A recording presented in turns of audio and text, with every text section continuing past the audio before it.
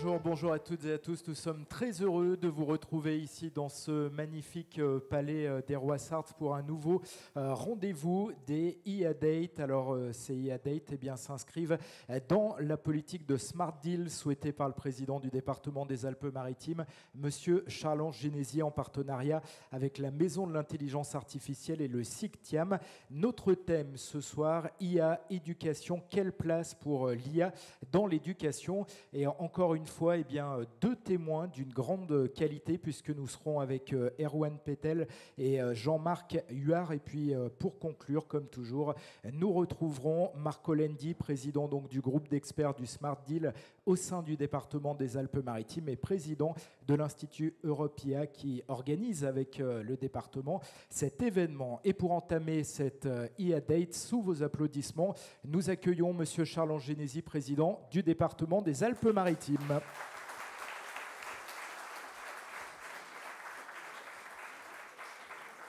Bien, merci et bonsoir à toutes et à tous. Je vois que les rangs s'épaississent de plus en plus, mon cher Marco Lendi. Il y a de plus en plus de monde à ces IA Dates, ce qui veut dire qu'il y a un succès qui, à chaque fois, est un peu plus rencontré. Et puis je vois également qu'il y a un rajeunissement de la population. Vous êtes de plus en plus jeunes. Ça devrait vous faire plaisir. En tout cas, pour nous, c'est quelque chose d'important qui fait qu'à chaque fois qu'on fait une IA Date, il y a des intervenants de qualité, il y a des personnalités qui nous font le plaisir d'être là, il y a des élus qui se mobilisent. Et ça me fait plaisir ce soir de vous recevoir dans cette salle du Palais Sarthe et de recevoir notre rectrice de l'Académie de Nice tout court, c'est déjà pas mal. J'allais dire, non mais vous avez vu que j'étais parti pour faire un peu d'hégémonie. Bon, on va s'arrêter là. Il n'en reste pas moins vrai que vous avez été cet invité d'honneur au cours d'une IA Date où nous avons pu échanger et dire tout l'intérêt qu'il y a à parler de l'intelligence artificielle et de l'éducation. Pour cela, il y a deux intervenants de grande qualité avec Erwan Petel. Alors je prends mes lunettes pour ne pas estropier ce qu'il est exactement, directeur général de l'éducation, du sport et de la recherche au sein du ministère de l'Éducation nationale et de l'enseignement supérieur, de la recherche et du ministère des Sports et de la jeunesse et de la vie associative. Donc c'est un monument important et ça me fait plaisir de retrouver Erwan Petel parce que nous l'évoquions à l'instant avec Marco Lendi. Il a été à l'origine de notre aventure. Lorsqu'en 2017, je décide de proposer à nos conseillers départementaux de lancer la politique départementale sur deux piliers, le pilier environnemental pour défendre l'environnement, le Green Deal, et puis de dire il faut qu'on se lance sur la révolution du numérique. À l'époque, on ne parlait pas encore ou très peu de l'intelligence artificielle. La révolution du numérique, il faut qu'on puisse prendre à bras le corps la modernisation du conseil départemental et que celui-ci puisse être cette collectivité qui contamine, au bon sens du terme, les autres collectivités du département des Alpes-Maritimes. Et aujourd'hui, c'est chose faite. Alors en 2018, nous nous rendons avec une délégation à Montréal. Marco Lendi était le pilote de cette délégation. Il y avait à l'époque le président de l'université, le président de la Chambre de commerce et d'industrie, les représentants de Sophia Antipolis et Erwan Petel faisait partie de cette délégation.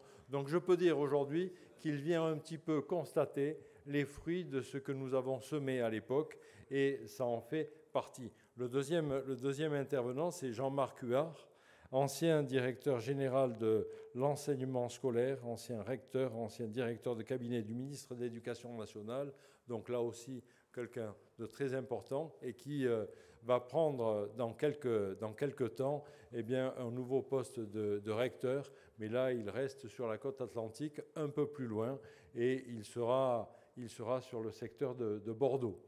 Donc autant d'intervenants qui vont débattre de ce sur quoi il est important de savoir. Je dirais que pour moi, l'intelligence artificielle, tout comme la révolution du numérique, c'est pas de savoir si on va s'en servir ou pas. parce que dans tous les cas de figure, on sera obligé de la supporter. On sera obligé de vivre avec. Alors, soit on vit avec en faisant la politique de l'autruche et en mettant la tête dans le sable, et ça ne peut pas durer longtemps, soit on fait de façon proactive, on marque un intérêt et on essaie de trouver les bonnes solutions. C'est ce que nous avons décidé ici. Je veux signaler que nous avons Delphine Gerhardt avec nous, qui est la directrice générale des services du département en charge du numérique. Nous avons le directeur du SICTIAM, qui est José Amendola, qui est en même temps celui qui est le directeur de la Maison de l'intelligence artificielle, qui a amené plus de 100 000 participants. Là aussi, c'est un des beaux résultats que nous avons, Erwan, avec Marco.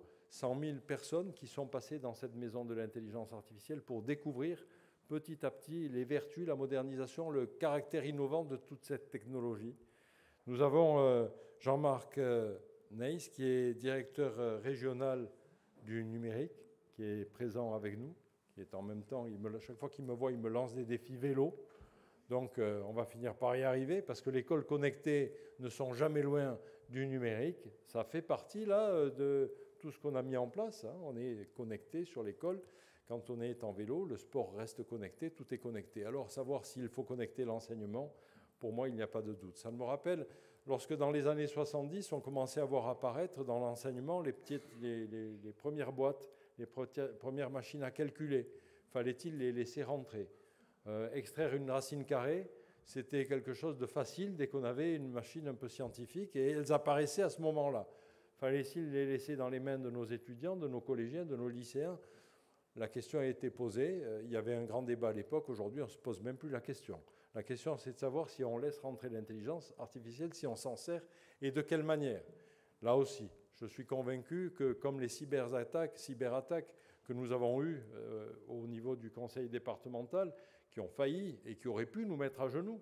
Une cyberattaque il y a maintenant 3 ans de cela, où on nous a piraté pendant quelques 10, 12 heures, je ne sais pas combien ça a duré, mais ça aurait pu être dramatique avec des données personnelles complètement capturées dans les services du département. Heureusement, nous avons eu cette modernisation, cette action, et nous nous sommes rapidement aperçus de la cyberattaque. Là, c'est pareil. La question, ce n'est pas de savoir si on va demain avoir à nouveau des cyberattaques, c'est de savoir quand elles vont se produire. On sait qu'on en a eu une, on sait que les hackers et tous les trackers de systèmes, à un moment ou à un autre, seront là pour inventer les bons systèmes qui craquent tout ce qu'on peut mettre en protection. Donc on aura à nouveau des cyberattaques et il faut s'en prémunir. Eh bien, de la même manière, comment on rentre l'intelligence artificielle dans l'éducation ? Il faut la rentrer de manière intelligente, faire en sorte qu'on se serve, et l'homme se serve de l'intelligence artificielle pour améliorer ses performances, améliorer son apprentissage, améliorer ses connaissances, mais en gardant les fondamentaux qui sont absolument nécessaires à l'éducation. Allez, j'ai déjà bien trop parlé, parce qu'il y a des gens bien plus qualifiés que moi pour vous parler de ça, qui sont là ce soir. C'est pour moi un grand plaisir que de vous accueillir à nouveau pour cette IA Date dans cette salle de la séance plénière du Conseil général de l'époque. C'est là qu'en 1860, les conseillers généraux se réunissaient et décidaient de l'avenir du département. Aujourd'hui, nous parlons, nous, de l'avenir du département sur le plan de l'intelligence artificielle. Bonne soirée à toutes et à tous. Et je laisse la parole à Madame Chicot. Merci, Monsieur le Président. La parole à Madame Natacha Chicot, rectrice de l'Académie de Nice. Bonsoir. Bonsoir, merci beaucoup, Monsieur le Président, pour votre invitation. Monsieur l'inspecteur général, même s'il reste encore quelques jours à attendre, Monsieur le recteur, cher Jean-Marc, Monsieur le Président, Mesdames, Messieurs, je le disais à l'instant, je suis ravie de cette invitation. Il y a encore quelques semaines, Monsieur le Président, nous étions dans cette salle et nous avions évoqué justement ces questions d'intelligence artificielle avec nos principaux de collège. Et c'est vrai que pour l'école, c'est un défi d'appréhender l'intelligence artificielle. Je crois que je vous l'ai raconté lors de ce déjeuner. J'étais rectrice depuis quelques mois lorsqu'à l'occasion d'une visite dans un lycée, plusieurs enseignants demandent à me voir. Ils ont l'air graves, ils ont l'air très inquiets. Ils me disent, Madame la rectrice, est-ce que vous avez déjà entendu parler de ChatGPT ? Je leur réponds non. Ils sont très, très inquiets. Ils me disent qu'il faut contrôler, sans doute même peut-être interdire.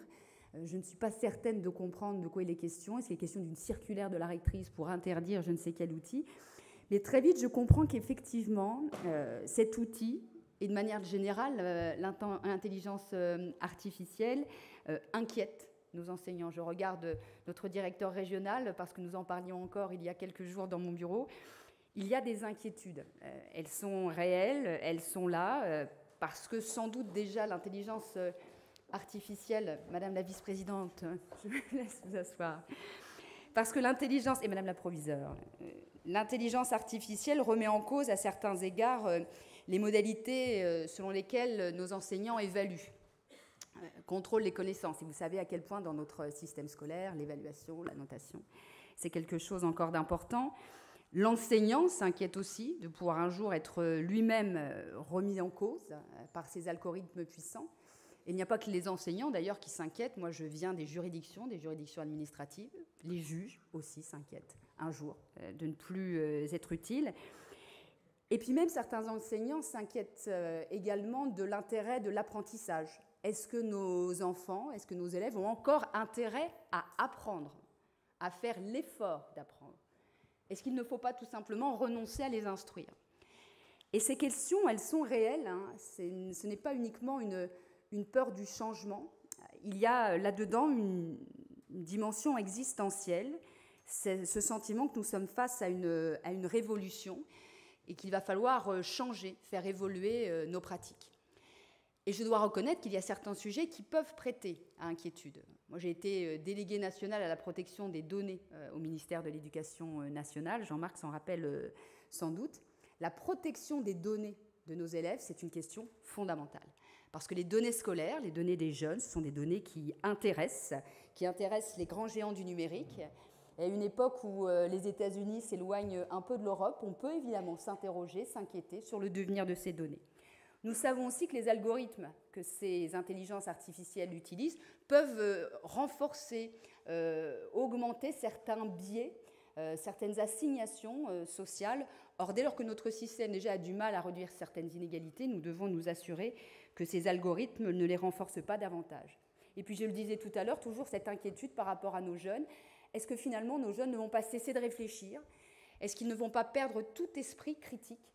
Alors que le rôle de l'école, c'est précisément d'en faire des citoyens libres et éclairés. Alors bien sûr, ces risques existent, mais ce n'est pas la rectrice que je suis qui ne va pas insister sur le rôle de l'école. C'est évidemment à l'école de faire face à ces défis. Je ne doute pas que monsieur le recteur et monsieur l'inspecteur général vont le rappeler. Nous devons former nos enseignants, nous devons former nos élèves à exploiter cette technologie, nous devons également former les futurs scientifiques, des filles si possible, puisqu'elles ne sont pas suffisamment très présentes sur ces secteurs. Nous devons également encadrer l'usage des intelligences artificielles. Nous devons, en tout état de cause, pouvoir nous appuyer sur des solutions souveraines et éthiques. Donc l'éducation nationale est en première ligne. Je sais, Monsieur le Président, qu'elle peut s'appuyer sur les collectivités territoriales qui, d'ores et déjà, avec la Maison de l'intelligence artificielle par exemple, proposent à nos enseignants, à nos élèves, des supports de grande qualité. Vous l'avez dit aussi, l'intelligence artificielle, ce n'est pas une alternative. Elle est déjà là, elle est déjà dans nos classes, elle est déjà dans nos établissements, elle est déjà utilisée par nos jeunes. Alors oui, l'intelligence artificielle, nous devons nous en saisir parce qu'elle est sans doute également, pour nous, une formidable opportunité d'améliorer le fonctionnement de notre service public. Sans aucun doute, considération un petit peu de base, qui ne sera peut-être pas évoquée aujourd'hui, mais elle peut nous permettre de moderniser notre gestion des ressources humaines, ne serait-ce que cela, Madame la Proviseure, moderniser la gestion de nos ressources humaines, également être un facteur d'égalité des chances. Je reçois un nombre de courriers importants s'agissant de nos élèves en situation de handicap. Est-ce que l'intelligence artificielle n'est pas un levier pour différencier nos méthodes d'enseignement ? Est-ce qu'elle n'est pas aussi un levier Et nous en parlions avec monsieur le directeur régional pour finalement alléger la tâche de nos enseignants et leur permettre de se concentrer sur leur plus-value, sur ce qu'ils peuvent apporter aux élèves, et leur dire à ces enseignants que l'intelligence artificielle ne les remplacera jamais. Elle ne remplacera jamais le rôle de l'éducateur, l'intelligence de l'éducateur qui lui seul sait guider, inspirer et transmettre. Donc oui, c'est vrai, je pense que nous en serons encore plus convaincus ce soir. L'intelligence artificielle est un tournant majeur pour notre éducation, pour notre service public.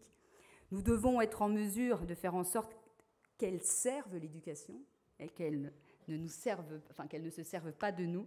Et en écrivant ces quelques mots, cher Jean-Marc, je pensais au projet de loi et même à la loi que nous avons rédigée ensemble sur une école de la confiance. Et je me suis dit que c'était bien ça, le principe de base, la confiance dans notre école à faire face, la confiance dans nos enseignants à pouvoir se former, surtout dans la confiance dans notre jeunesse à faire de l'intelligence artificielle un vecteur de progrès. Et je crois que c'est ça que nous devons garder en tête. C'est nous et nous seuls qui pourrons faire en sorte que l'intelligence artificielle ne soit pas un outil d'asservissement, mais évidemment un outil de progrès. Donc je ne doute pas que nos interlocuteurs ce soir nous permettront d'y voir plus clair là-dessus. Merci une nouvelle fois, Monsieur le Président, pour votre invitation. Et merci Madame Natacha Chicot, rectrice de l'Académie de Nice. J'invite nos deux témoins, nos deux experts à me rejoindre sur la scène. Alors on va être dans un format un petit peu différent, installez-vous comme vous voulez, puisque ça va être un dialogue entre vous avec évidemment ce fil conducteur, quelle place pour l'IA dans l'éducation, et puis on aura des questions avec vous dans le public. Nos deux experts, donc, vous a bien présenté Erwan Petel, donc inspecteur général de l'éducation, du sport, de la recherche, et Jean-Marc Huard, ancien directeur général de l'enseignement scolaire, ancien, et donc on l'a compris, futur recteur. Il vous reste quelques jours pour en profiter, donc merci d'être avec nous ce soir, et ancien directeur du cabinet du ministre de l'Éducation nationale. Et en préambule, cette question, qu'est-ce que vous appelez l'IA dans l'éducation? Erwan, je pense que vous voulez peut-être commencer. Oui, effectivement, il s'agit déjà d'un peu définir, parce que l'IA est un sujet effectivement très vaste et puis qui s'ancre dans un passé, hein, puisqu'on va parler d'IA, mais déjà le sujet du numérique, de l'informatique ont été déjà des sujets dont l'éducation nationale s'est déjà saisie. Alors qu'est-ce que c'est que l'IA en plus par rapport à tout ça?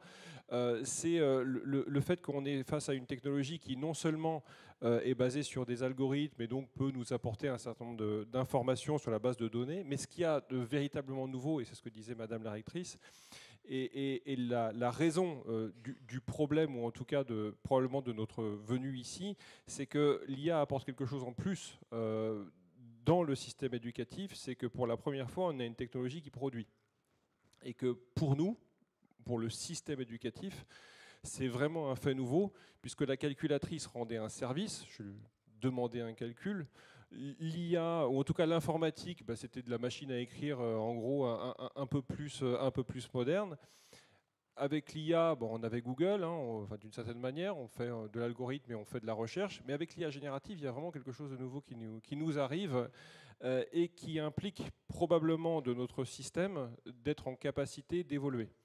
Donc le fait et la raison de notre venue ici, c'est qu'on a, nous deux, ici présents, à la fois une vision, donc du fait de mon expérience assez récente, parce que j'étais membre de la commission sur l'intelligence artificielle, j'en ai été rapporteur, et Jean-Marc a une longue expérience dans le système éducatif. Et donc il nous paraissait intéressant d'avoir ce double regard de la capacité d'un système à évoluer dans une situation nouvelle, et de la capacité d'un d'entre nous deux de pouvoir voir ce que cette situation nouvelle avait de fondamentalement différent par rapport à d'autres situations précédentes.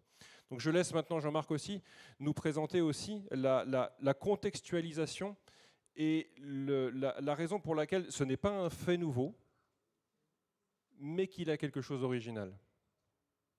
Merci Erwan. Bonjour à toutes et à tous. Monsieur le Président Conseil départemental, merci de votre invitation. Madame la rectrice, très heureux de vous retrouver, de te retrouver, chère Natacha. Monsieur le Président, merci aussi de l'invitation. Merci Erwan aussi. Sans raconter nos vies, on s'est On a déjeuné ensemble près de la rue Descartes, enfin rue Descartes d'ailleurs, c'est-à-dire près du ministère de l'enseignement supérieur, et puis on a échangé. Alors moi je ne suis pas le spécialiste absolu des questions du numérique et de l'intelligence artificielle, mais j'ai eu finalement le CAPES, c'est-à-dire le concours qui permet de devenir professeur en 1990, et j'ai exercé un certain nombre de fonctions. Vous avez compris, je suis ancien recteur, ancien directeur général, ancien, etc. Je ne suis pas encore nouveau, ce qui est assez confortable finalement, parce que je m'exprime finalement, là pour le coup, en mon propre nom. Et donc, dans ces différentes fonctions, j'ai été témoin d'un certain nombre d'évolutions, comme beaucoup d'ailleurs d'entre nous.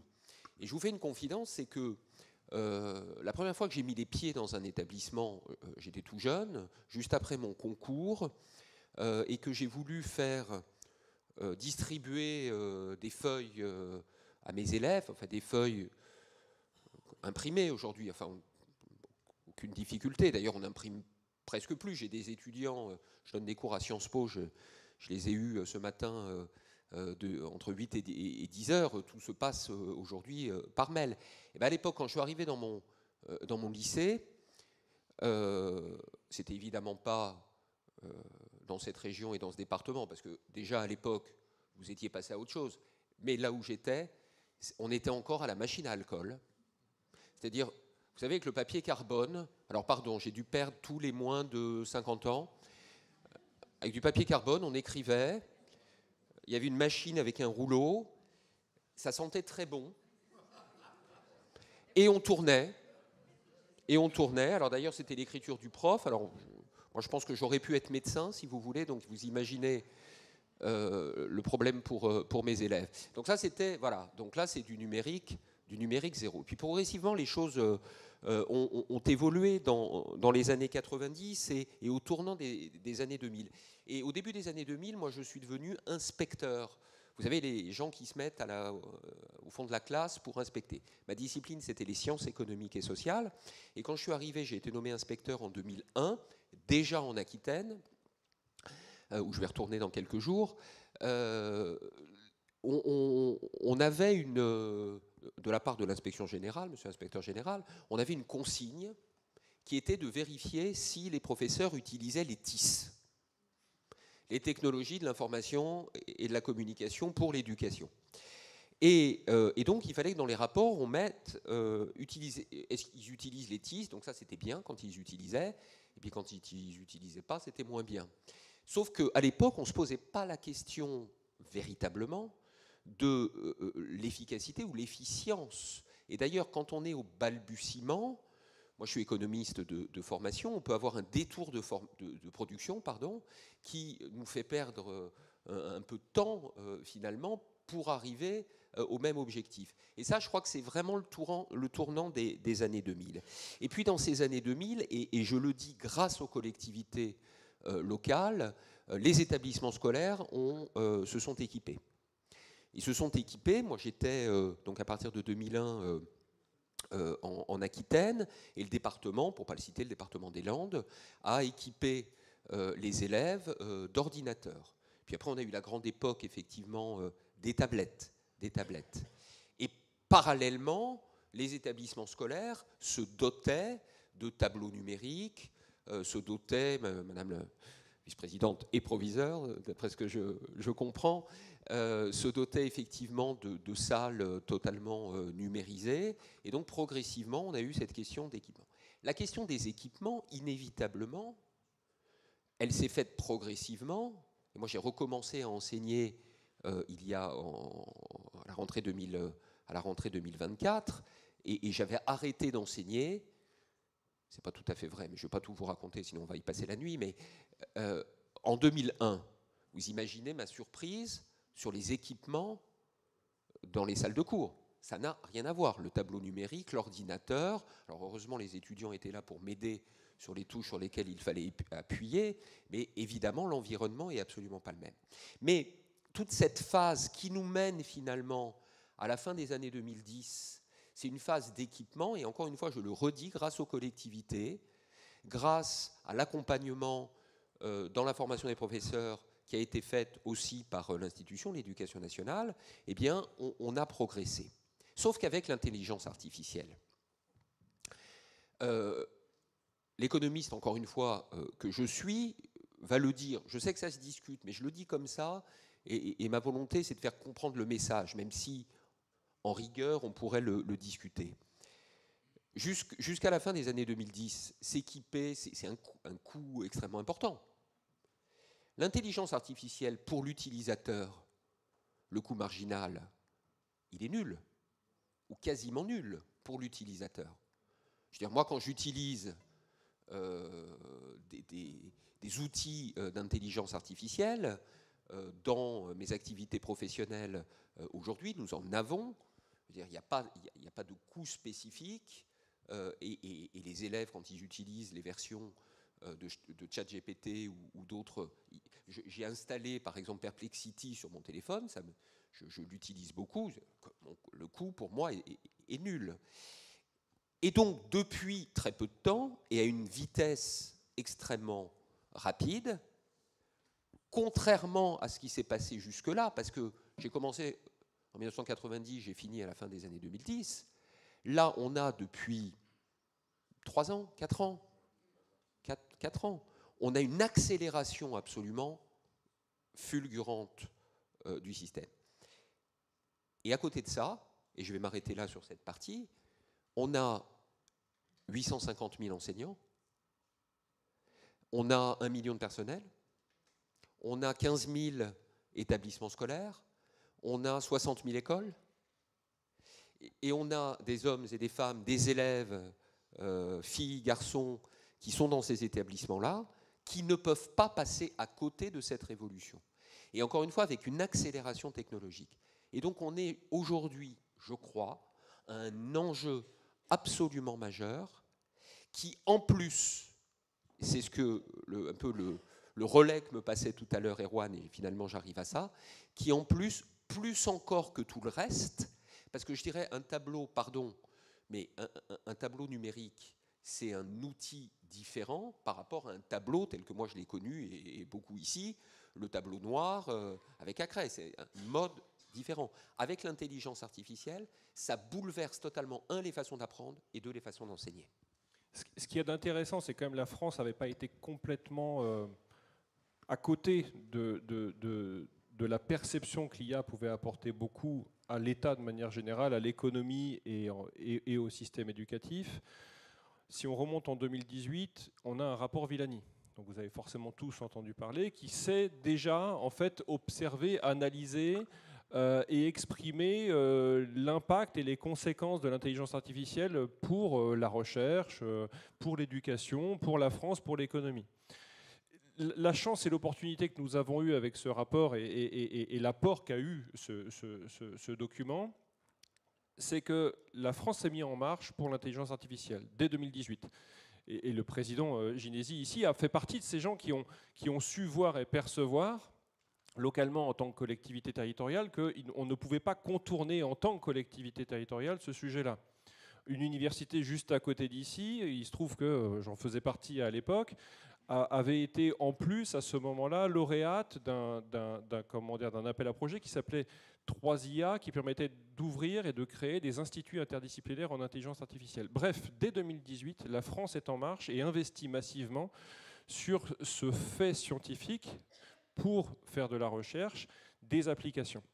On est en 2018. Mais ce qui est fondamentalement différent avec ce qui nous arrive fin 22, c'est que cette IA qui reposait sur des entrepôts de données, donc qui avait ses applications en santé, qui avait ses applications dans le service public, sur le pilotage des politiques publiques, là on avait un fait nouveau qui impactait fortement la vie de classe, comme vous le disiez Madame la rectrice, c'est qu'on a des enfants qui sont en capacité de produire quelque chose avec une intelligence artificielle générative. C'est là la fin en fait, de cette première partie et qui nous permet de définir véritablement le sujet et la raison pour laquelle on est ici et la raison pour laquelle on a un problème. Un problème pas au sens de quelque chose qui n'est pas solvable, mais disons qu'on a véritablement une problématique ici dans notre système qui est qu'il y a un outil fondamentalement nouveau et qui a de grandes conséquences dans la classe pour l'enseignant, pour l'élève. Et donc, On a choisi d'articuler ça autour de 3 points, et en particulier, dans un premier lieu, l'évolution du métier d'enseignant. Est-ce que être enseignant aujourd'hui, c'est comme être enseignant avant 2022?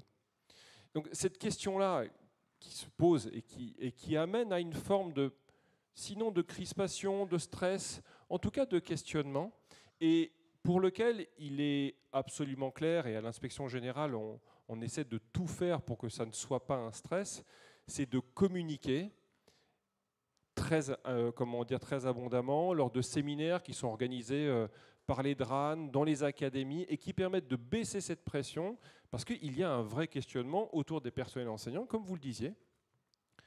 Qu'est-ce que je fais? Quel rôle j'ai encore dans la classe? Est-ce que ça vaut le coup encore de transmettre des connaissances? Comment j'évalue? Qu'est-ce que j'évalue? Est-ce que le contrôle continu dans le cycle terminal a encore ses raisons d'être si 80% des productions sont réalisées à la maison par Perplexity? Donc voilà, tous ces sujets-là se posent aujourd'hui à notre système.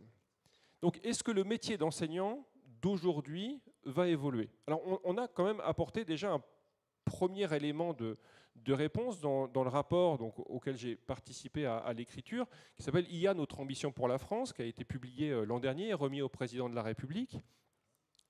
Et on a posé ce sujet, et tu pourras probablement prolonger sur ce sujet-là. On s'est interrogé sur, finalement, aujourd'hui, un enseignant, sa posture en classe, nécessite de le former à l'IA, pour que soit cette IA entre dans les pratiques de classe, soit en tout cas qu'il ait la pleine connaissance de ses usages pour l'accompagner dans ses séquences pédagogiques,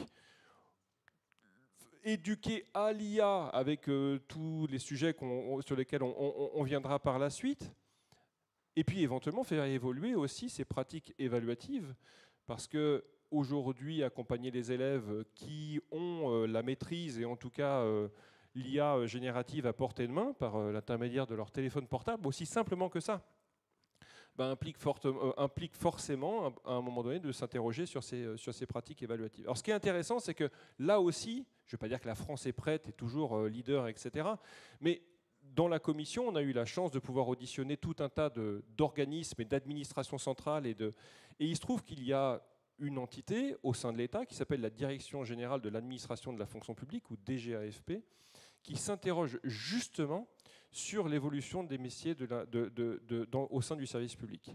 Il est clair que tous les métiers vont évoluer. Alors, on parle ici de la fonction publique, mais aussi dans le secteur privé. Tous les métiers vont évoluer. Donc maintenant, c'est de savoir comment on fait évoluer ce métier d'enseignant. Et comme le disait Jean-Marc, on a un problème qui est déjà que nous avons 850 000 enseignants aujourd'hui qui pratiquent et qui sont face à la classe.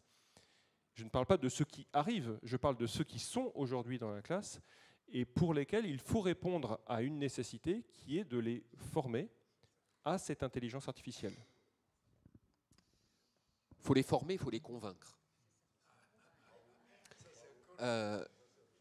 Parce que moi j'ai fait ce matin, donc j'étais, vous allez connaître toute ma journée en fait. Ce matin j'étais à Sciences Po à 8h et je leur avais dit, vous avez pendant 1 heure un devoir. Donc j'aurais donné un devoir. Puis j'avais pas compris un truc, c'est qu'il fallait que j'amène moi-même le papier. Ça, j'avais pas compris, parce que c'est des copies, vous savez, où on peut anonymiser, etc. Donc ça, j'avais pas compris. Donc je me suis dit, il faut que je fasse quelque chose. Donc je leur ai dit, écoutez, donc, prenez une feuille de papier. Ils m'ont dit, on n'a pas de papier.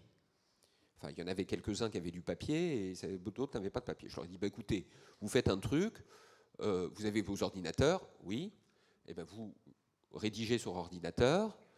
Moi, j'avais préparé une diapositive, enfin un slide avec 2 questions. Et puis, je leur ai mis ça et je leur ai dit, ben, vous rédigez sur ordinateur et puis à la fin, vous me les envoyez par mail. Je n'ai pas un seul instant. J'ai pas corrigé encore, hein. J'ai pas corrigé encore. Mais je n'ai pas un seul instant imaginé qu'il pouvait utiliser. Enfin, si, je l'ai imaginé en vrai. Mais j'ai eu envie de leur faire confiance. Parce que moi, je suis un optimiste aussi. Je suis un optimiste. Et dans quelques jours, je vais prendre des fonctions de recteur d'académie. Et ce que je voudrais, c'est arriver, et Mme la rectrice l'a dit, en évoquant l'anecdote de cette audience qui lui avait été demandée par des professeurs qui s'inquiétaient. Et je comprends qu'ils s'inquiètent. Mais moi, mon rôle, le rôle que j'aurais, ou en tout cas que je me donne sur ces questions-là en tant que recteur, c'est d'essayer de transmettre cet optimisme. Et donc de transformer la crainte, la contrainte, et ça donne des contraintes au métier d'enseignant. Parce qu'effectivement, les devoirs à la maison, sincèrement, c'est pas nouveau. Hein. Sincèrement, c'est pas nouveau. Parce que les devoirs à la maison, encore une fois, moi j'étais capable d'aider mes enfants, tout le monde n'est pas... Et on est beaucoup à être capable d'aider les enfants, tout le monde n'est pas capable d'aider ses enfants quand il y a un devoir à la maison. Donc c'est pas quelque chose de nouveau. Et donc je comprends qu'il y ait cette inquiétude. Néanmoins, j'estimerais que sur cette question-là, et je crois qu'il faut vraiment qu'on travaille avec des initiatives comme celle-ci, tous ensemble, pour pouvoir transmettre ces éléments de culture, c'est de transformer cette crainte en atout et d'arriver à faire comprendre tout l'intérêt que ça peut avoir. Et je pense que par la suite, je vous donnerai des exemples concrets, parce que je suis en contact avec un certain nombre de professeurs qui m'ont donné des exemples concrets de ce qu'ils font. Non seulement, il y a une vigilance à avoir, mais je ne crois pas qu'il y ait de crainte absolue à avoir. Mais deuxièmement, mais je fais un peu de teasing pour la suite, deuxièmement, je crois que c'est un atout à la fois pour les professeurs, si on s'en saisit bien, et pour les élèves aussi, parce que contrairement à ce qu'on indiquait tout à l'heure sur les devoirs à la maison, qui distinguaient ceux qui pouvaient se faire aider de ceux qui ne pouvaient pas se faire aider, on peut, grâce à l'IA aussi, favoriser l'égalité des chances. Tu as tout à fait raison. Et donc, si on en vient maintenant aux élèves, finalement, on peut décomposer en deux sous-sujets. Il y a le sujet d'éduquer à l'IA et il y a le sujet d'éduquer avec l'IA. C'est-à-dire l'outil, qu'est-ce qu'il peut apporter au processus pédagogique. Et il y a l'éducation à l'IA. Et donc cette éducation à l'IA, en fait, il y a là aussi une conjugaison, une articulation autour de différents sujets. Il y a l'éducation à la technologie, ce qu'est la techno, faire en sorte que certains d'entre eux et certaines d'entre elles aillent vers ces filières. Et là, ça nécessite un enseignement scientifique, qui est probablement dédié autour de l'informatique, du numérique et de l'intelligence artificielle, mais qui nécessite des connaissances en statistique. Donc on est sur quelque chose qui n'est pas proprement et à proprement parler un sujet d'informatique, c'est aussi un sujet de mathématiques. Donc ça nécessite de consolider un socle scientifique et qui permet ensuite d'aboutir à des carrières par un passage vers l'enseignement supérieur à des filières vers l'informatique et l'intelligence artificielle. Donc ça, c'est une part de l'éducation à l'IA. Mais finalement, cette partie-là est presque anecdotique. Même si elle est intéressante du point de vue des inégalités hommes-femmes vers les filières scientifiques, l'opportunité économique que représente l'IA et donc d'amener des jeunes vers ces filières, c'est un sujet anecdotique dans la mesure où une grande part des enfants ne vont pas aller vers ces filières, n'ont pas forcément envie d'aller vers l'intelligence artificielle. En revanche, et ça c'est un sujet qui est beaucoup plus important, c'est de faire ensemble que 100% de nos enfants aient une connaissance critique, une connaissance technique générale, une connaissance des biais, une connaissance d'une forme de perception de ce qu'on pourrait appeler de la souveraineté ou de subjectivité de la donnée apportée par l'intelligence artificielle, en tout cas de ces biais culturels. Si vous interrogez aujourd'hui, il se trouve que j'ai un passé moi, en sciences de la vie et de la terre, et que vous voulez faire un cours sur la sexualité et la perception d'une IAG du droit à l'avortement, eh bien, interrogez l'ensemble des intelligences artificielles génératives que vous connaissez sur le marché sur leur perception de l'interruption volontaire de grossesse. C'est extrêmement intéressant. Ça montre justement que cette technique et cette technologie reposent sur des corpus de données qui viennent d'autres pays, d'autres réglementations et qui vont apporter une information qui est différente de notre propre perception. De la même manière, et c'est ce que disait Jean-Marc, il y a une opportunité à éduquer à l'IA. En tant qu'économiste, en tant qu'historien, le fait historique, parce que l'IA a été entraînée avec des corpus de connaissances qui proviennent d'autres territoires, 90% des informations qui ont permis les apprentissages des intelligences artificielles génératives proviennent de sources anglophones. Attention à cette méprise qui est souvent propagée dans les médias aussi, parce qu'il faut faire attention à ce qui est dit. On entend beaucoup que 90% des informations, des corpus de connaissances qui sont apportés aux IA génératives viennent des territoires anglophones. Non, ils proviennent de données anglophones. Si je prends le cas notamment des publications scientifiques internationales et académiques, elles sont toutes en anglais. D'accord ? Donc ça ne veut pas dire que tout vient culturellement des États-Unis. D'accord ? C'est un amalgame qu'il ne faut pas faire. En revanche, qu'il y ait une part très importante des informations qui proviennent de ces territoires, oui, c'est un fait. Mais pourquoi c'est un fait ?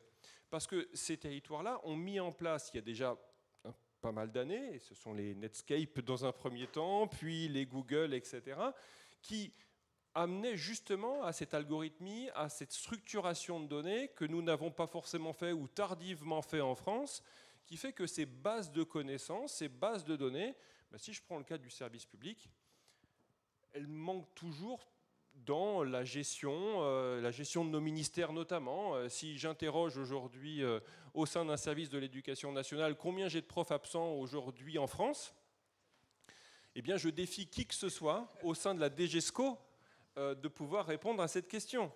Monsieur l'ex-directeur. Sauf à Bordeaux. Sauf à Bordeaux. Donc il y a cet élément-là de l'éducation à l'IA. Et puis, comme je vous disais, il y a aussi des éléments qui sont profondément non scientifiques. Et c'est ça qui est un fait nouveau aussi, qui est extrêmement intéressant. On parlait de l'inégalité homme-femme vers les filières scientifiques. Mais l'IA n'est pas un sujet scientifique, en tout cas stricto sensu. Elle peut être parfaitement abordée dans beaucoup, beaucoup d'autres disciplines, en philosophie, en français. Et c'est là véritablement l'intérêt, c'est qu'on peut imaginer ici une technologie nouvelle qui rentre dans la classe comme une opportunité pédagogique et qui amène les filles, notamment, des enfants qui ont des besoins particuliers. Je peux lire facilement maintenant, grâce aux outils d'intelligence artificielle générative, y compris pour des enfants dyslexiques. Parce qu'il y a des logiciels qui permettent... Donc voilà, donc l'éducation à l'IA, c'est un sujet beaucoup plus large que l'éducation à la technologie. Alors je suis entièrement d'accord avec ça. Enfin, l'aspect scientifique, évidemment, est une chose importante. Mais regardez, alors je ne vais pas refaire tout l'historique, mais avant d'avoir eu le CAPES, j'étais à l'université. Et c'était le moment où on apprenait de manière très détaillée, alors que j'étais en fac de sciences éco, on apprenait les langages informatiques de manière très détaillée. Je ne suis pas sûr que ça se fasse encore maintenant et que ça ait une quelconque utilité, finalement, que des économistes apprennent les langages informatiques. Puis on est passé à autre chose ensuite. La notion de logiciel, à l'époque, quand j'étais à l'université, n'avait pas de sens. Enfin, on ne savait pas ce que c'était. Donc, finalement,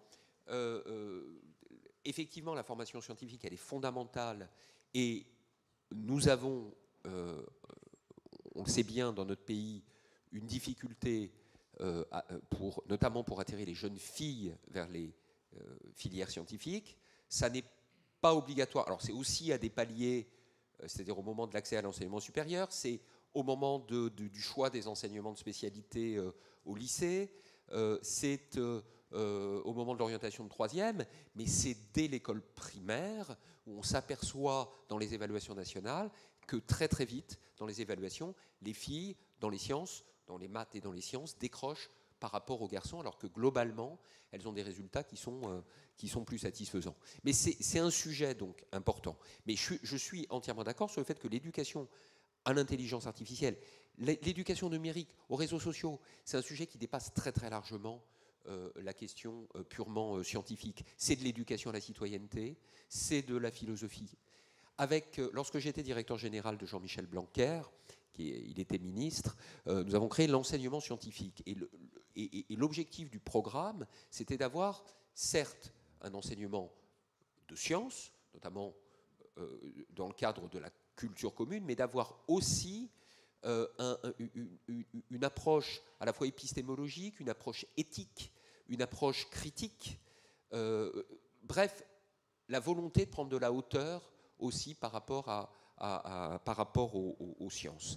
Et éduquer à l'IA, ça renvoie à la formation des professeurs. Et donc je disais que, vu la rapidité, penser qu'il suffit, parce que on dit souvent, ah, si les profs étaient formés.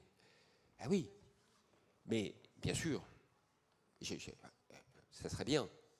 Mais vous imaginez ce sur quoi il faut systématiquement, vu l'évolution de la société, vu la rapidité de l'évolution des technologies, ce sur quoi il faut systématiquement, presque en un claquement de doigts, et de droit d'ailleurs, Madame la rectrice, absolument, former 850 000 professeurs. Donc, bien sûr, il faut qu'ils soient formés, mais il faut avoir des approches qui sont un peu différentes. Et il y a notamment quelque chose auquel je tiens.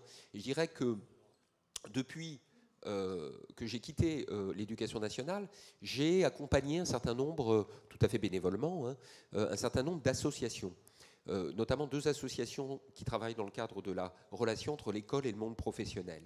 Il y en a une qui s'appelle Entreprendre pour apprendre. Je n'ai absolument aucun intérêt à en faire la publicité, mais je crois profondément à cela et je veux illustrer mon propos. Entreprendre pour apprendre, ils ont un produit qui est la création de mini-entreprises. Ils vont dans les collèges et dans les lycées. C'est souvent très soutenu par les collectivités locales. Et ils vont dans les lycées et les élèves créent un projet d'entreprise. Eh bien, ils viennent de lancer un projet qui est la mini-entreprise intelligence artificielle. Et en fait, pourquoi je vous dis ça ? Parce que, au-delà de la formation telle qu'on la conçoit de manière importante, parce que tout le monde dit qu'il faut former, et tout le monde souhaite que les professeurs soient d'abord devant les élèves. Or, si on les forme, ils ne sont pas devant les élèves. Donc on a une espèce de quadrature du cercle, si vous voulez, qui est quand même extrêmement compliquée à résoudre. Je vous donne cet exemple-là. Je ne dis pas que c'est le modèle absolu de formation, mais travailler en complémentarité. C'est pour ça que je disais qu'il faut travailler tous ensemble, avec des associations. Je veux dire, s'il y a des mini-entreprises intelligence artificielle et il y a des dizaines d'initiatives comme ça qui viennent dans un établissement, il y a une acculturation pour les professeurs, il y a une acculturation pour les élèves, il y a une approche qui est peut-être un peu différente et ludique, et je crois vraiment que c'est gagnant-gagnant. On regarde le temps, et il vous reste, vous avez vu, à chaque fois on réduit. 5 à 10 minutes. Très bien. Et ben, ce sera notre dernier chapitre.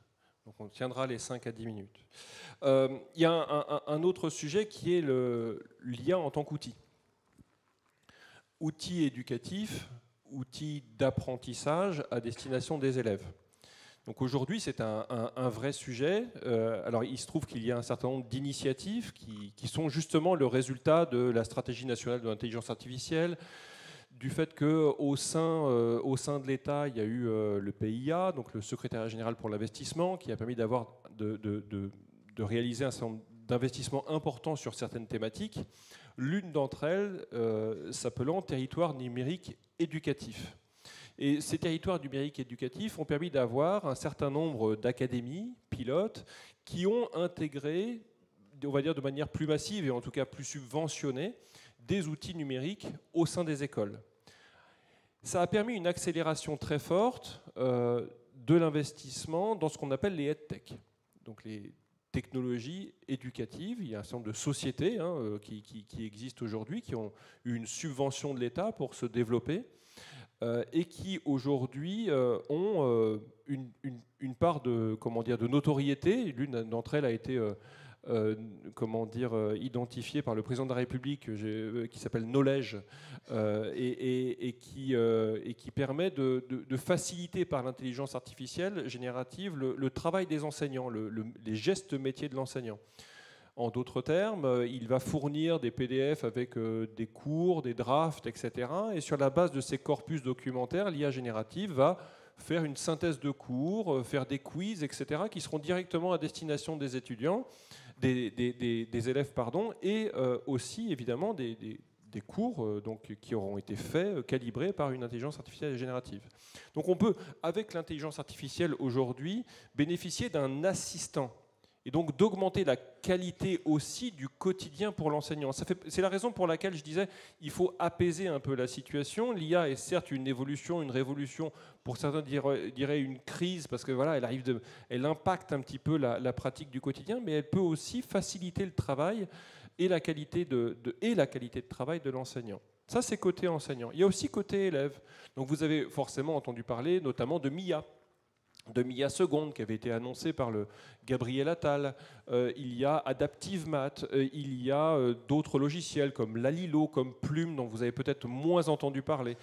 Le fait est que ces différents logiciels à intelligence artificielle avancent quelque chose qui est pleinement nouveau et qui est un élément qui manque probablement à notre système éducatif, c'est celui de la personnalisation des apprentissages. C'est vrai que nous avons un système qui est massif. Tu le rappelais, nous parlons de millions d'élèves.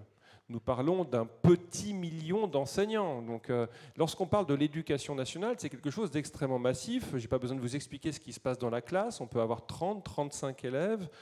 Et donc, personnaliser les apprentissages au quotidien pour l'enseignant, ça peut être extrêmement compliqué.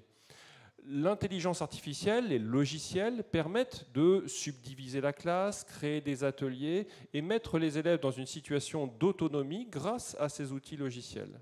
L'intelligence artificielle, quel apport elle apporte par rapport aux outils logiciels numériques qu'on avait déjà il y a 5, 10 ans, 15 ans, en fait, elle va proposer un parcours qui va s'adapter en fait, à la performance de l'élève. Alors ça, c'était vraiment un fait nouveau.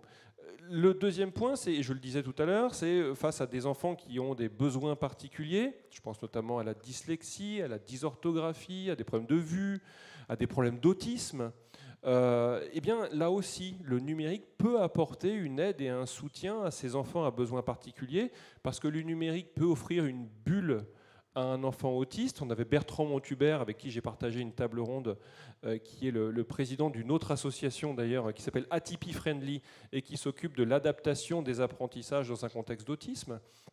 Donc voilà, on a en fait ici avec l'IA aussi une opportunité dans la personnalisation des apprentissages, dans l'adaptation des apprentissages à des enfants à profil particulier. Et donc là, on a un vrai créneau d'opportunités. Reste à savoir comment ces outils rentrent dans la classe, dans un cadre de liberté pédagogique, c'est-à-dire de choix de l'enseignant, tout en préservant une certaine équité, c'est-à-dire que nous sommes dans un cadre d'une éducation nationale, et donc si ces produits se révèlent pertinents, eh bien, il faut qu'ils soient à disposition du plus grand nombre. À ce jour, ils sont à disposition dans le cadre des territoires numériques éducatifs. Je crois que ce sont 12 académies. Tu vas me dire si je me trompe, mais je crois que c'est ça de mémoire. Je n'y suis plus depuis 18 mois, donc donc c'est un nombre restreint d'académies. Or, nous savons, l'appel à projet se termine dans un an, qu'il y aura un certain nombre d'expérimentations qui montreront leur pertinence. Et donc se posera la question de la capacité de ces outils logiciels à être disponibles dans l'ensemble des écoles. Mais pour ça, faut-il des moyens qui sont non négligeables. La question de la fracture ou finalement d'une école à deux vitesses, c'est vraiment le sujet qui me paraît fondamental. Alors, il y a de la formation, parce que j'ai dit tout à l'heure que c'était très difficile de former 850 000 enseignants sur un sujet, alors, encore une fois, que la technologie évolue si rapidement. Ça rajoute une difficulté supplémentaire. Compte tenu, encore une fois, pour les utilisateurs, et évidemment pas pour ceux qui investissent, compte tenu effectivement d'un coût marginal pour les utilisateurs qui est nul ou quasiment nul, enfin en tout cas très faible. Alors, bien sûr, il y a de la formation. Les académies lancent des plans de formation importants. Le réseau Canopé, qui a en plus un maillage territorial avec ses ateliers qui est extrêmement développé, a lancé un programme, je l'ai noté, enseigné avec l'IA, ou l'IA dans ma classe, enfin, j'ai oublié exactement le nom du programme, mais qui est extrêmement performant et qui peut commencer, je dirais, par une approche qui est à distance, mais qui va jusqu'à de la mise en situation également dans les ateliers canopés. Tu parlais d'équité territoriale, qui sont véritablement sur l'ensemble du territoire. Donc il y a un effort qui est tout à fait important. Et puis, il y a cet effort de conviction, je crois, pour arriver à convaincre, je dirais, ceux qui, encore une fois, ont légitimement, quand il y a un tel changement, des craintes, y compris parce qu'ils sont perturbés, je dirais, dans leur identité professionnelle. Et là, il y a le pair à pair aussi. Et la création dans les établissements scolaires, je crois, de communautés, d'échanges, d'initiatives locales qui doivent permettre aussi de faire en sorte que ceux qui utilisent, qui sont à l'aise, qui n'ont pas de difficultés, puissent aussi communiquer. Alors j'ai interrogé 2 professeurs, 2 femmes, une qui s'appelle Cécile Catelin, qui est professeure dans l'Académie d'Orléans-Tours, qui est professeure de lettres, et je crois même qu'elle est professeure de lettres classiques. Donc vous voyez, a priori, on pourrait avoir une approche comme ça, lettres classiques, intelligence artificielle, quand même, comment tout ça se peut concilier. C'est pas du tout intuitif dans nos représentations qu'il puisse y avoir. L'autre professeure s'appelle Béatrice Couéron. Elle est professeure de classe préparatoire au lycée Montaigne à Paris. Elle est prof de sciences économiques et sociales et elle utilise l'IA. Je vais vous donner 2 exemples parce qu'elles m'ont donné plein d'exemples de ce qu'elles font et qui, moi, en tout cas, dans ce que j'ai pu en voir et en tout cas ce qu'elles m'ont expliqué, m'ont convaincu totalement de l'intérêt et de l'utilité et qui, je crois, s'ils sont expliqués, montrés, explicités, valorisés, peuvent tout à fait convaincre. Cécile Catelin, donc la prof de lettres, elle utilise un outil qui s'appelle Scribens, c'est ça, c'est parce que mon écriture de médecin, je n'arrive pas à me relire. Scribens, ce qu'elle appelle en fait le Becherel IA. En fait, les élèves écrivent, ils font des fautes de grammaire, d'orthographe, etc. C'est rentré dans l'outil et les fautes sortent. Et les fautes sortent, mais adaptées à chacun des élèves. Et l'enjeu, moi je suis rentré dans l'éducation nationale depuis 1990, l'enjeu majeur qu'on a, et je pense qu'il y a beaucoup de professeurs dans la salle, l'enjeu c'est d'individualiser les parcours. Ben là, l'outil intelligence artificielle, en identifiant, c'est ce que tu disais Erwan, en identifiant les besoins spécifiques suite à une production de l'élève, eh bien, peut l'aider à progresser. Béatrice Couéron, avec ses prépas, elle fait autre chose. Alors, on a fait beaucoup de progrès sur la connaissance du cerveau, les neurosciences. Vous savez que Stanislas Dehaene est le président du conseil scientifique, professeur au Collège de France, spécialiste des neurosciences et président du conseil scientifique de l'éducation nationale. Donc, on sait comment fonctionne le cerveau. Et on sait que l'aspect répétitif et le fait de se questionner dès qu'on a appris quelque chose très rapidement est très utile. Sauf que vous imaginez la densité d'un cours de prépa. Vous imaginez le nombre d'étudiants dans les cours de prépa, parce que c'est souvent plus que 35, surtout dans certains grands lycées parisiens ou autres d'ailleurs. J'ai quasiment terminé. Oui, on conclut sur cet exemple, comme ça après on passera à l'échange. Et en fait, je voulais atterrir là, donc ça tombe bien. Vous imaginez tout cela.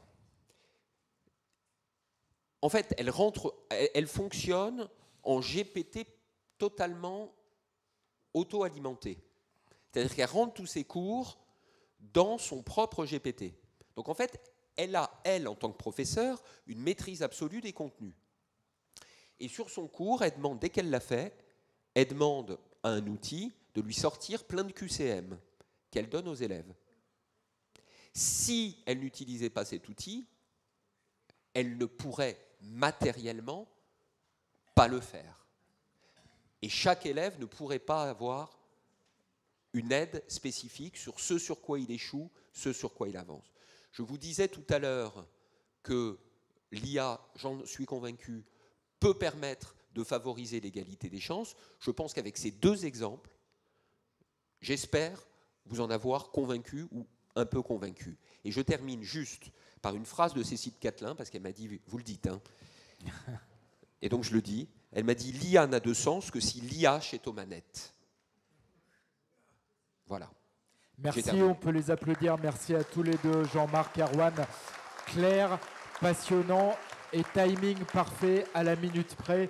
Est-ce qu'on a des questions dans le public? Alors, on va vous amener un micro, levez la main, comme à l'école, à mon époque en tout cas. Je ne sais pas comment ça se fait maintenant.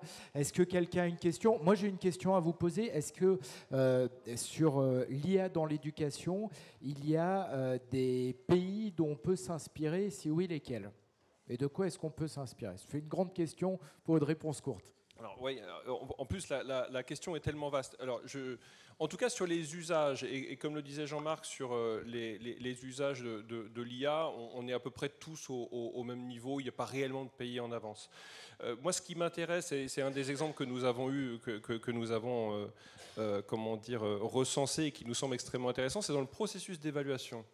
On ne l'a pas tellement évoqué, mais probablement que tes étudiants de ce matin ont utilisé une IA générative pour répondre à tes questions, mais finalement, peut-être, mais finalement, comment l'ont-ils utilisé? Et l'ont-ils utilisé intelligemment? C'est-à-dire qu'est-ce qu'ils ont juste posé la question et retranscrit, copié-collé?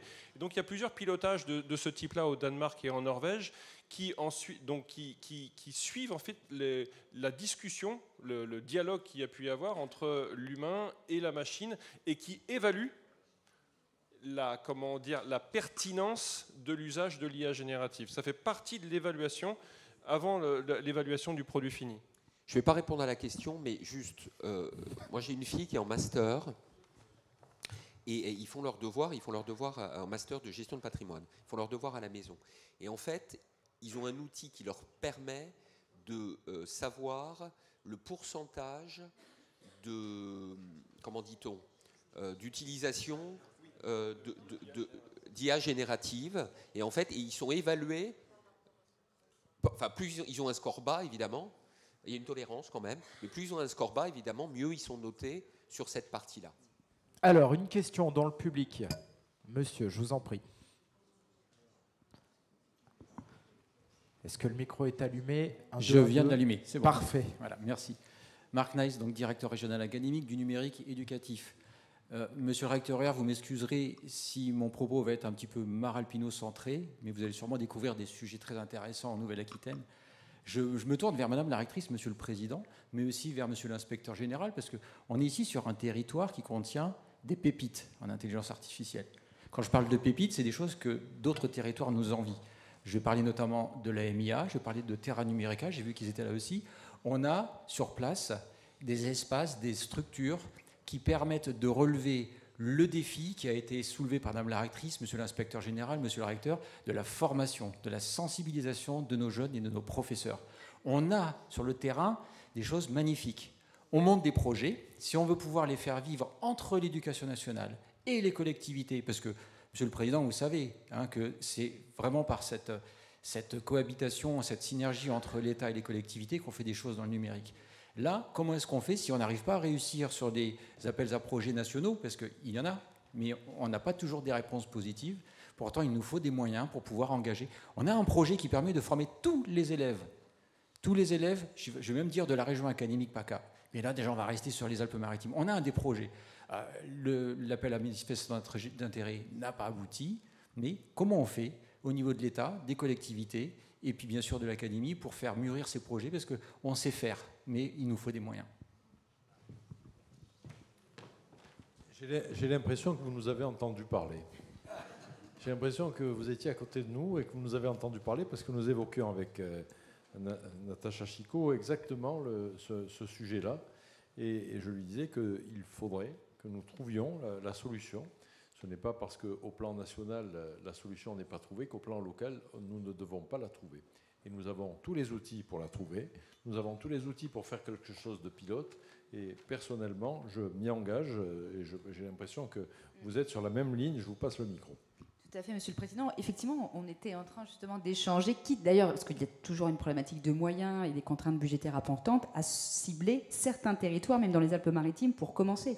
Les territoires pilotes, on parlait de ces territoires qui sont parfois un petit peu en difficulté, justement qu'ils puissent profiter de cette démarche innovante, volontariste.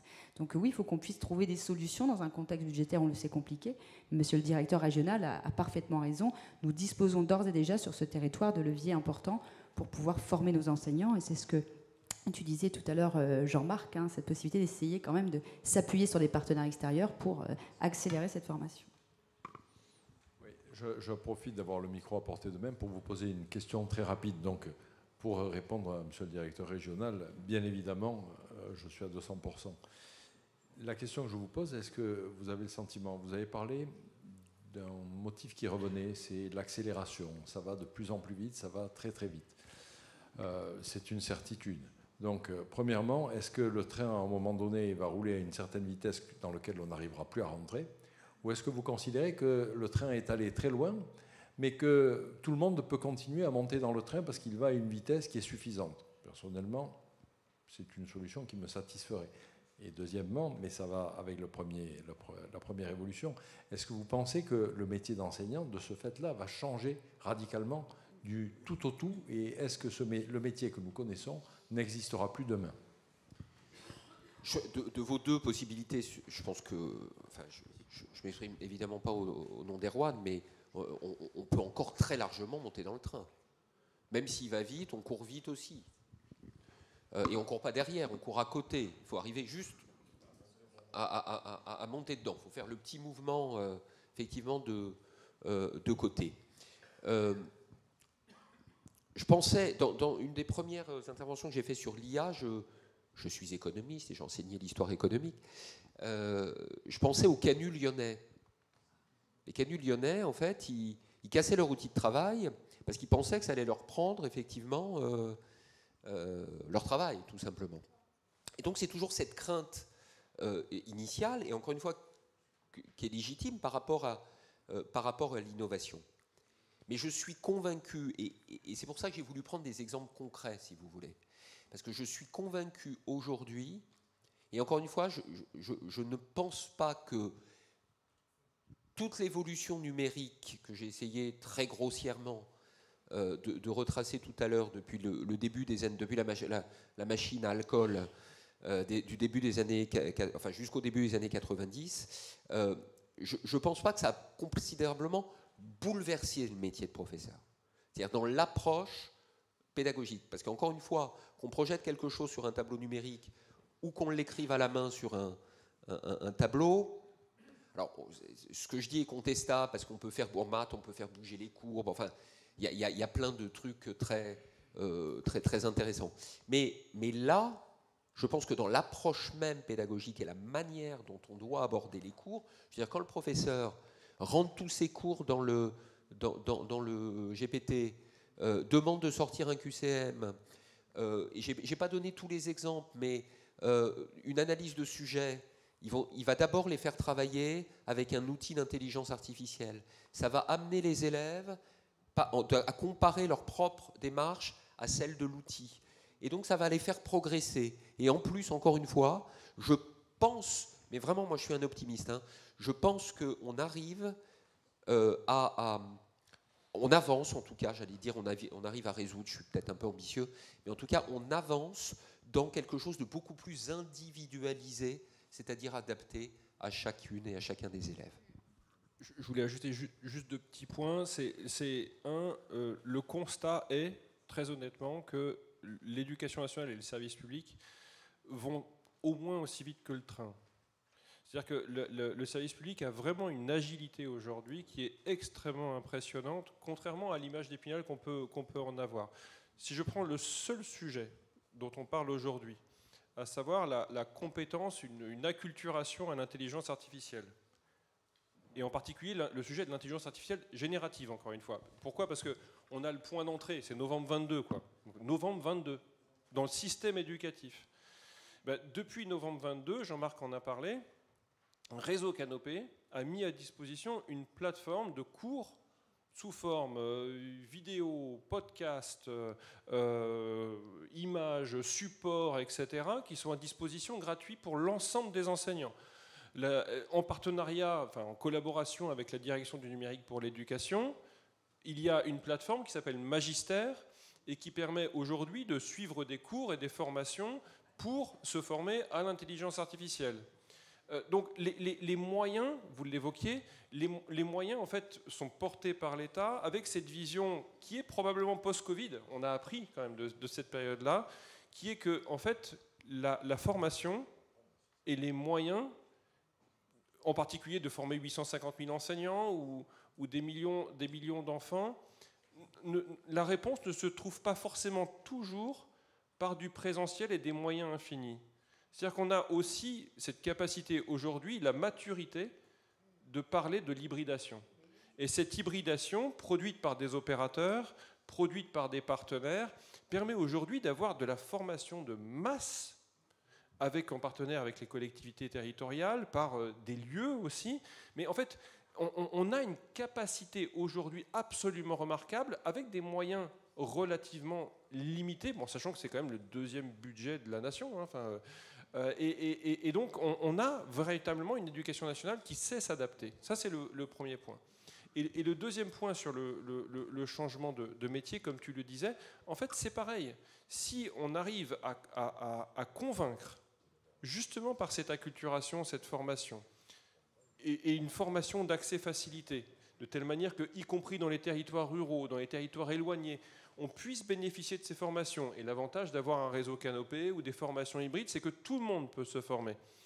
Et bien, en fait, on a ici un apaisement de la situation, la prise en main de ces outils, qui sont, encore une fois, au bout d'un téléphone ou au bout d'une fibre optique qui est déployée de manière très efficace par un SICTIAM.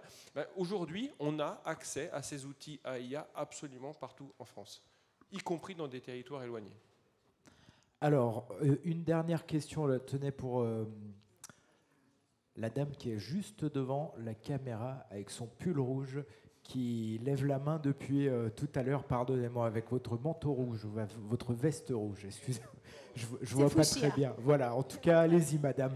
Bonsoir, vous avez la merci parole. beaucoup de m'avoir donné la possibilité de parler. Je suis enseignante, chercheuse dans une école de commerce et je souhaitais apporter mon témoignage à propos de l'utilisation de l'intelligence artificielle avec mes étudiantes. Ce matin, d'ailleurs, je les ai eues dans le cours de Global Human Resource Management et on a essayé, je leur ai donné des études de cas. J'ai bien soigné d'imprimer les études de cas parce que je sais que si je le mettais sur modèle, c'était facile, on le fait dans ChatGPT et on peut avoir la réponse rapidement de ces études de cas et de ces questions. Alors je les ai imprimées, je leur ai donné l'étude de cas sur papier, demandé à lire. Il n'y a aucun enjeu en ce qui concerne la notation, ce n'était pas vraiment quelque chose noté. À la fin, je leur ai demandé de préparer quelques slides et présenter les réponses aux questions. Eh bien, ils ont tous utilisé, pas seulement ChatGPT, mais DeepSeek, Grok, un ensemble de choses. Les réponses étaient à peu près pareilles. Et à la fin de leur présentation, je leur ai posé la question en disant, vous avez tous utilisé ChatGPT, moi-même aussi, parce que j'avais les réponses et je voyais que les réponses qu'eux ils me donnaient correspondaient à ce que moi-même j'avais cherché sur ChatGPT. Donc, nous avons tous utilisé ChatGPT. Et je leur posais la question, mais alors qu'est-ce que je dois faire pour que vous ne l'utilisez pas? Parce qu'il n'y a pas d'enjeu finalement. C'est une étude de cas, une page, 3 questions à répondre. Le but est de vous permettre d'avoir une sorte de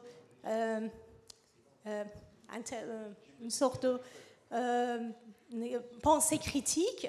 Et vous, quand vous utilisez GPT, vous permettez pas d'avoir cette pensée critique.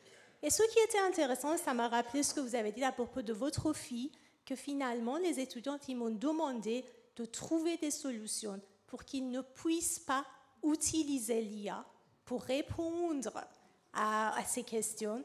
Quand votre fille, quand la nôtre, quelque sorte, parce qu'elle n'a pas utilisé l'IA, plutôt que l'utiliser. Donc la question, c'est peut-être pas tellement convaincre les étudiants à l'utiliser, mais les convaincre ou les responsabiliser à ne pas utiliser l'IA dans certains cas. Merci de m'avoir permis de faire ce témoignage. Oui, moi, ce que j'ai essayé de montrer au travers des exemples, et il y en a des milliers d'autres, hein, c'est comment on fait du judo finalement avec l'outil pour améliorer encore globalement la performance.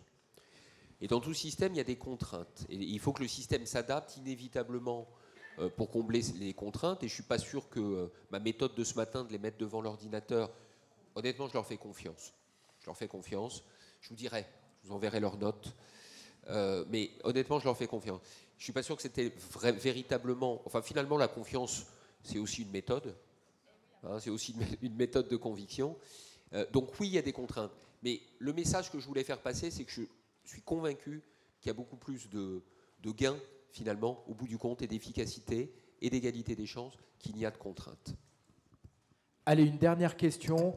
Ne soyez pas frustrés si vous n'avez pas eu le temps de poser une question, puisqu'on a toujours un petit temps d'échange ensemble. Vous pourrez discuter, échanger directement avec nos deux experts avant la conclusion. Question rapide. Très et après, rapide. c'est la conclusion de Marco Lendi. Merci pour cet échange passionnant. Une question sur... on parle d'IA, mais on parle à travers l'IA d'innovation pédagogique. Et donc la question, c'est quand vous regardez aussi ce qui se passe outre-Atlantique, je pense à la Khan Academy, à Camingo, qui est l'IA qui utilise la Khan Academy, qui fait parler d'elle outre-Atlantique. J'aurais aimé juste avoir un petit mot sur ce que vous pensez de ce type d'innovation pédagogique qui finalement intègre l'IA, mais qui aussi, et je vais dire les choses de manière un peu provocatrice pour cette dernière question, c'est que quelque part, c'est l'agilité qui va permettre d'intégrer l'IA dans les process. Aujourd'hui, quels peuvent être les freins pour l'éducation nationale d'être dans cette innovation pédagogique qui, à la fin, intègre l'IA, mais qui va demander des véritables changements? Et juste un petit mot là-dessus, rapide. De manière générale, l'innovation pédagogique ne se joue pas uniquement à coup de technologie. Ça, c'est le point numéro 1. Effectivement, les outils AI peuvent constituer une aide, on en a parlé tout à l'heure. À titre personnel et dans l'état actuel de mes réflexions, je pense que si l'IA et les outils AI doivent apporter quelque chose, j'aurais tendance à penser que c'est plus hors la classe que dans la classe. Certes, il va y avoir un petit peu d'apprentissage et de maîtrise de l'IA dans l'école, mais je pense qu'il y aurait probablement une réflexion plus intéressante à apporter sur le fait d'apporter un environnement numérique de travail avec de l'IA hors la classe, parce que c'est un facteur d'égalité. Et un facteur d'accompagnement dans les apprentissages. Donc ça leur permettrait probablement de travailler et qui plus est d'avoir un usage des écrans qui c'est probablement aussi plus intelligent. Et le deuxième point, c'est que oui, l'innovation pédagogique, mais encore une fois, je la distingue de la partie technologique, puisque l'école gagne et gagnera à rester, et c'est ce que tu as dit, à rester fondamentalement humaine. L'enjeu, le premier enjeu de l'éducation nationale, c'est pas de faire des bêtes de course ou des singes savants. Ce qui est en capacité de faire l'IA. Enfin, il y a un certain nombre d'écoles aujourd'hui qui commencent à proposer du zéro prof et donc du 100% IA. Là, on va faire effectivement probablement des asociaux géniaux. Mais bon, on en connaît, hein, il y en a qui sont même dans des administrations dans d'autres pays. Mais oui, ou qui essayent de les casser. Qui essayent de les casser. Mais c'est pas ça l'école. L'école, c'est faire en sorte qu'on puisse être là, discuter, échanger, réfléchir, s'opposer. Et c'est ça le principe de l'éducation nationale. Donc l'innovation pédagogique, c'est la pédagogie inversée, c'est la présence de l'enseignant, c'est challenger et utiliser des technologies, effectivement, mais en maintenant fondamentalement la place du pédagogue. Très rapidement, à la fin de votre intervention, vous disiez quels sont les freins aujourd'hui, quelles sont les difficultés. Ce qui est toujours difficile, je pense que tous ceux qui travaillent de près dans l'éducation nationale le savent, ce qui est toujours difficile, c'est tout ce qu'on demande à l'école en dehors des programmes ou de ce qui est structurellement, je dirais, réglementaire, on va dire. Ça, c'est toujours quelque chose de très difficile. C'est-à-dire que la notion de programme, et un programme c'est un arrêté, donc c'est un acte juridique, la notion de programme elle est fondamentale. Or, l'IA est déjà présente dans les programmes, 1, et 2, la ministre d'État, ministre de l'Éducation nationale, de l'enseignement supérieur et de la recherche, a annoncé qu'il y aurait des initiatives dans les mois qui viennent pour qu'au collège, j'ai oublié les niveaux, en 4e et en seconde, il y ait dès la rentrée prochaine, c'est ça, dès la rentrée prochaine, un enseignement spécifique de l'IA. Donc ça permet d'éliminer un frein important. Merci. La parole pour terminer à Monsieur Marco Lendi, qui est donc, comme toujours, avec nous pour la conclusion, président de l'Institut Européen et du comité d'experts du Smart Deal au sein du département des Alpes-Maritimes. Bonsoir. Quel plaisir de vous voir encore après 4 mois, parce qu'on a fait dans le même temps d'autres choses. Mais je voudrais avant tout remercier Erwan et Jean-Marc parce qu'ils ont fait vraiment une conférence très émotionnelle, mais dans le même temps très passionnante. Très intéressant. Un grand merci. Un grand merci à la présence de notre rectrice, de Nice, mais elle me disait aussi du Var, qui sont mises ensemble. Vous savez, je disais 4 mois qu'on n'est pas ici, dans notre palissade, mais on a fait beaucoup d'autres choses. Je ne sais pas si vous l'avez suivi, mais la première que je voudrais vous mentionner, c'est les procès aux réseaux sociaux qu'on a fait à Polytech. C'était vraiment un événement unique, pas en France, dans le monde. On a osé faire quelque chose. Est-ce que tu pourrais faire partir un petit peu le film? On a une journaliste de Nice Matin qui est rentrée. Vas-y. Alors aujourd'hui, on est à un procès très spécial. C'est pas un vrai procès, mais ceux qui sont appelés à la barre, ce sont les réseaux sociaux. Vous pouvez vous asseoir. Vous voyez Marie Natelle. Accusés, levez-vous. TikTok, Facebook, Instagram, WhatsApp, Snapchat, LinkedIn, X, peut-être bien d'autres. Vous êtes aujourd'hui sur le banc des accusés. On a fait vraiment quelque chose qui est unique dans le sens que personne n'a osé faire ça. Mais on l'a voulu faire parce qu'il faut comprendre, surtout aux parents, aux grands-parents, les risques des réseaux sociaux. Madame la rectrice a dit qu'un défi l'éducation, mais l'utilisation des réseaux sociaux devient de plus en plus un grand risque. Et on ne s'est pas arrêté là. Le mois de février, on a fait un autre grand événement au Palais des Festivals de Cannes, le World AI Cannes Festival, qui encore cette année était vraiment un grand succès. Surtout merci à notre président Charles-Ange Ginesi, à toute l'équipe des départements, à notre président directeur de la MIA qui a vraiment donné beaucoup et les départements étaient vraiment mis en grande évidence. Voilà là, qu'est-ce qui s'est passé au World AI Cannes Festival les 13 et 14 de février. 14 000 personnes qui sont venues et ça aussi, c'est unique. Il n'y a pas un événement comme celui-là en France ou dans le monde. Mais on ne s'arrête pas là. Je vous avais déjà annoncé un autre grand événement qui s'approche et qui sera ici, à Nice, les 11 et 12 avril. Le World AI Film Festival. Un autre grand événement unique dans son genre, qui sera, et je vous dis déjà, on a reçu 1200 films du monde entier. Je vous cite seulement quelque chose qui m'a vraiment étonné, l'Iran, 86 films. Waouh, vraiment, moi aussi, quand j'ai vu ça, je me suis dit, mais c'est pas possible. Comme ils ont eu la nouvelle que d'ici, de Nice, on partait cette nouvelle aventure. Ils nous ont envoyé 86 films. Et les 11, on aura l'événement de la grande soirée de gala. Et qui sera le président du jury? Je vais vous le présenter. Claude Lelouch, qui nous a fait une interview à laquelle on lui a demandé mais pourquoi vous êtes devenu président du Voltea Film Festival. L'intelligence naturelle, c'est l'imagination. L'imagination va avoir encore plus d'imagination car il y a une compétition qui va s'installer entre cette intelligence artificielle et cette intelligence qui est celle de l'imagination et qu'on n'a pas encore réussi à mettre dans notre poche. Donc j'ai envie de participer à tout ça. On ne peut pas rejeter tout ce qui est moderne, tout ce qui est nouveau, mais il faut savoir s'en servir. Il faut apprendre à conduire toutes ces choses. C'est une Formule 1, voilà. Tout le monde ne peut pas conduire une Formule 1. Voilà, c'est exactement pareil.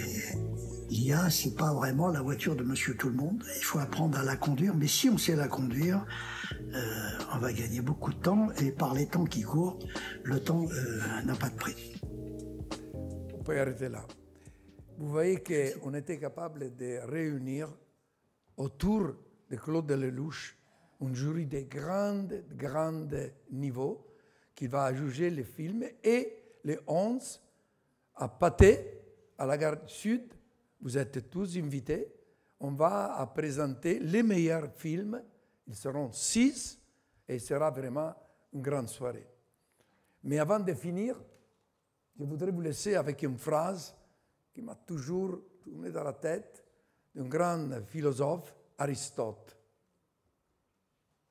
Il a écrit un livre sur l'éducation. On l'a perdu, malheureusement, mais on a encore des petits fragments. Et dans un fragment qu'on a trouvé, il dit « Les racines de l'éducation sont amères, mais les fruits sont très doux. » Et je voudrais que vous réfléchissiez plus sur la partie amère. Parce qu'il faut bien apprendre. Et il n'y a pas l'IA qui va vous faciliter. Si on ne se donne pas, si on ne met pas le temps, l'énergie, la passion, l'enthousiasme, on ne sera pas capable de faire les fruits quand même, si on dit qu'ils seront doux. Et avec cette phrase, je vous laisse, je vous invite le 11 soir au Pathé pour une soirée formidable sur encore le World AI Film Festival. Thank you, merci. Voilà, c'est la fin de cette IA Date. Merci aux nombreux membres du corps enseignant qui étaient présents avec nous. Merci à nos deux invités de renom. Merci à nos partenaires, le département des Alpes-Maritimes, l'Institut Europe IA, la Maison de l'Intelligence Artificielle et le SICTIAM. À bientôt donc pour un nouveau rendez-vous des IA Date.